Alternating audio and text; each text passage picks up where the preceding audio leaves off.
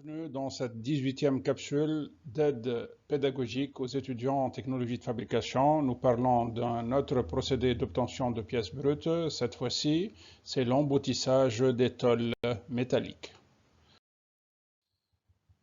Donc le principe, c'est qu'on veut obtenir des formes creuses par déformation plastique de flancs, c'est-à-dire de tôles préalablement découpées, comme on a vu dans la vidéo précédente. Comment on procède? Donc le flanc préalablement découpé est placé sur une matrice dont la forme sera expliquée dans quelques secondes. Et le poinçon va enfoncer le flanc dans la matrice. Donc on voit tout d'abord il y a une ouverture sous forme de chanfrein pour faciliter l'entrée. Ensuite, on attaque le diamètre qui va donner le diamètre du flanc. C'est le diamètre du poinçon plus 2 fois l'épaisseur de la tôle, à peu près. Ça s'enfonce encore plus, encore plus, encore plus, jusqu'à l'ouverture. Vous voyez en bas, il y a un diamètre un peu plus grand. Ça va permettre au flanc déformé, c'est-à-dire à l'embouti, de faire un retour élastique. Il va se dégager un peu du poinçon, ce qui va permettre au poinçon de remonter et à l'embouti de tomber par cette ouverture-là, comme vous voyez. C'est ça le principe de l'emboutissage version normale. Voyons maintenant quelques considérations pratiques. Tout d'abord, concernant les matériaux pouvant être emboutis, ce sont les matériaux malléables à froid et à l'état recuit. À froid parce que les tôles, on les fabrique toujours à l'état froid, et à l'état recuit pour un maximum de malléabilité. Les formes pouvant être obtenues, ce sont des formes cylindriques, tronconiques, même prismatiques, à condition d'avoir une section aussi proche du carré que possible et un arrondissement des coins, sinon la déchirure du flanc est certaine. Quelques précautions très importantes à prendre: le décapage du flanc et la lubrification. Décapage, nettoyage très soigné et la lubrification entre les surfaces du flanc, le flanc découpé et les outils. Des problèmes très fréquents, les bords imparfaits. Le bord, il n'est pas égal, comme vous voyez ici. On va voir la source et la solution. Les plis ou ce qu'on appelle aussi des ondulations, c'est très fréquent, ainsi que la déchirure du flanc. Ça peut arriver même si le flanc est bien décapé et que la lubrification est bien soignée. Premier problème, les bords imparfaits. C'est quoi la source ou l'origine? C'est le fait que le flanc n'est pas bien parfaitement découpé. Donc ça va donner un embouti de cette forme-là. La solution est bien simple, c'est un détourage. Donc c'est une sorte d'usinage ou de découpage pour avoir le flanc à la bonne forme. Donc il s'agit de le faire un peu plus haut pour pouvoir détourer et avoir à la fin la bonne hauteur. Deuxième problème, les plis ou l'ondulation. Essayons de comprendre la source du problème. Voyons le flanc avant emboutissage. J'ai mis ici 4 points référence, chacun à 90 degrés de l'autre. Je les ai colorés de la façon que vous voyez. Après emboutissage, on va avoir cette forme. Et je vais me concentrer sur la nouvelle position des 4 points. Les voilà, les 4 points respectifs. Concentrons-nous maintenant sur la distance qui sépare deux de ces points-là, avant emboutissage et après emboutissage. Vous remarquez une compression tangentielle, entre autres. Cette compression qui m'intéresse ici, elle n'est ni axiale dans le sens de la longueur, ni radiale dans le sens du rayon, mais plutôt dans le sens du périmètre. Donc on l'appelle tangentielle ou circonférentielle. Donc elle est fonction de la hauteur. Plus la hauteur est grande, plus la diminution de cette longueur, c'est-à-dire la compression, va être apparente. Ceci est à comparer avec la résistance au flambement du matériau, c'est-à-dire le matériau ne doit pas flamber face à cette compression-là. Et cette résistance au flambement, elle est fonction de l'épaisseur de l'atoll. Donc, si on veut résumer, le risque de pli est grand quand le rapport H sur E est grand. Donc, le risque est fonction directement proportionnelle au rapport H sur E. La solution, c'est l'utilisation d'un serre-flanc. C'est quoi le rôle? C'est de supporter le flanc pour empêcher l'ondulation, empêcher le flambement. Voyons comment ça se passe. Donc, le flanc, il est déposé sur une matrice. Vous remarquez que la matrice a une forme légèrement différente de ce qu'on a fait avant. Il n'y a pas l'ouverture en bas. Par contre, en bas, il va y avoir un éjecteur dont on aura besoin, obligatoirement cette fois-ci.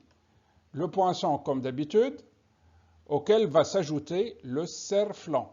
Ce serre-flanc, si vous vous rappelez, on a vu quelque chose qui ressemble à ça dans le cours de cisaillage, découpage. On a vu le dévêtisseur. Donc, ils n'ont pas le même nom et ils n'ont pas la même fonction. Ils ont juste la même forme.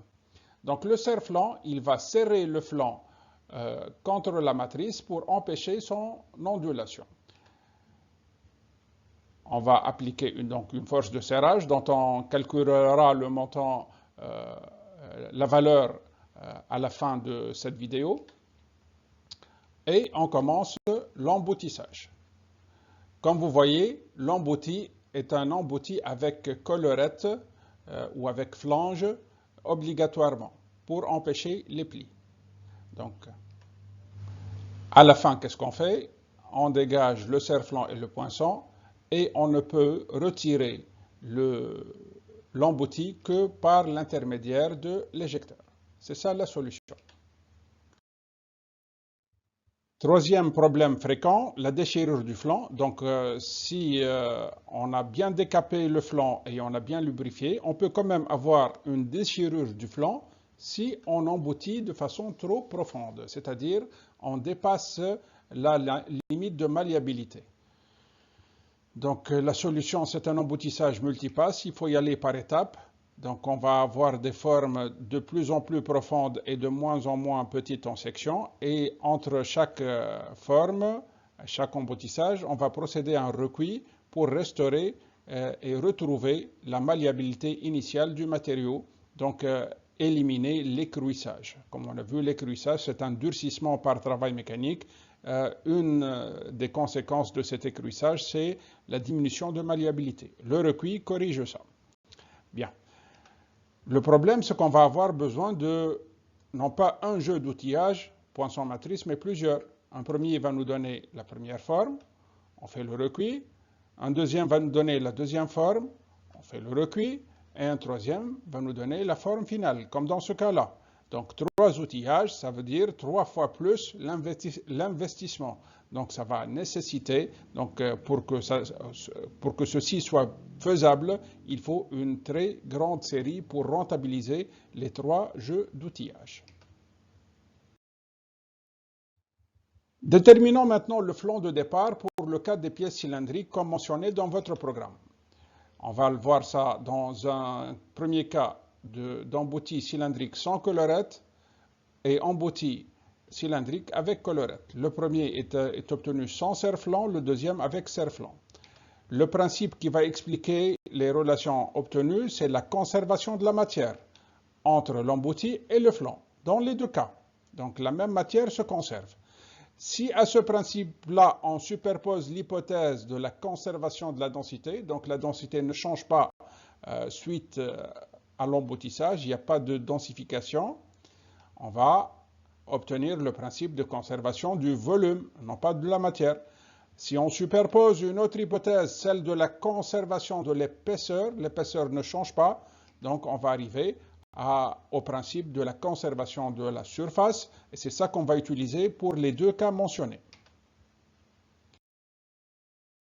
Donc dans le premier cas, on veut déterminer df, le diamètre de flanc, dans le cas où on a un embouti sans collerette. On utilise la conservation de la surface, c'est-à-dire surface du flanc égale surface de l'embouti, surface du flanc, surface d'un disque pi df carré sur 4, Et la surface de l'embouti va être composée de deux parties. Une première partie cylindrique, donc surface d'une paroi de cylindre, c'est périmètre pi d1 fois hauteur h, plus le disque qui constitue le fond de l'embouti, pi d1 carré sur 4. Donc les deux sont égalisés et on va obtenir ainsi le diamètre du flanc par calcul très simple. Passons au deuxième cas. Donc le diamètre du flanc va être déterminé dans le cas d'un embouti avec collerette. La conservation de la surface donne toujours SF égale SE. SF c'est toujours la même, sauf que SE va être obtenu par trois parties. Une première partie, comme on a vu précédemment, la partie de la paroi du cylindre pi d1 fois h, plus une deuxième partie, le fond de l'embouti, comme on a déjà vu, et on va ajouter une partie qui est la flange, la collerette. C'est pi d2 carré sur 4 moins pi d1 carré sur 4. Donc c'est le grand diamètre, le grand disque moins le petit disque. C'est ce qui va rester. Donc la première est égale à la deuxième. Et comme vous remarquez, dans la deuxième, on peut simplifier. Et on peut obtenir par calcul simple le diamètre du flanc. C'est une formule très similaire. Remarquez juste que ici c'est D2, ce n'est pas D1, comme pour la première formule obtenue. Passons maintenant à la détermination de l'effort de l'emboutissage, toujours pour le cas des pièces cylindriques. On va utiliser une formule empirique, c'est-à-dire une formule approchée basée sur l'expérimentation. C'est une formule à ne pas apprendre puisqu'elle est empirique, donc il n'y a pas une certaine logique qui va vous permettre de la retrouver. Il y a des données que vous devez avoir et qui sont basées sur l'expérimentation. Donc comprenez la formule et pas nécessairement l'apprendre. Si on en a besoin, on vous la donnera. Donc dans cette formule-là, on a besoin de D, diamètre du poinçon en millimètres, E, épaisseur de la tôle en millimètres, RM, résistance à la rupture en traction du matériau de la tôle en newton par millimètre carré. Et finalement, une valeur adimensionnelle qui est un facteur empirique dépendant du rapport D sur petit d sur grand D. Petit d, on l'a déjà vu, et grand D, c'est le diamètre du flanc.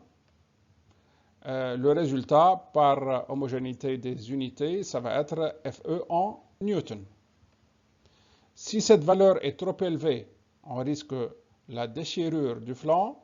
Si elle est trop faible, on risque de ne pas déformer de façon plastique. Pour conclure, essayons de déterminer l'effort du serre-flanc, toujours dans le cas de pièces cylindriques.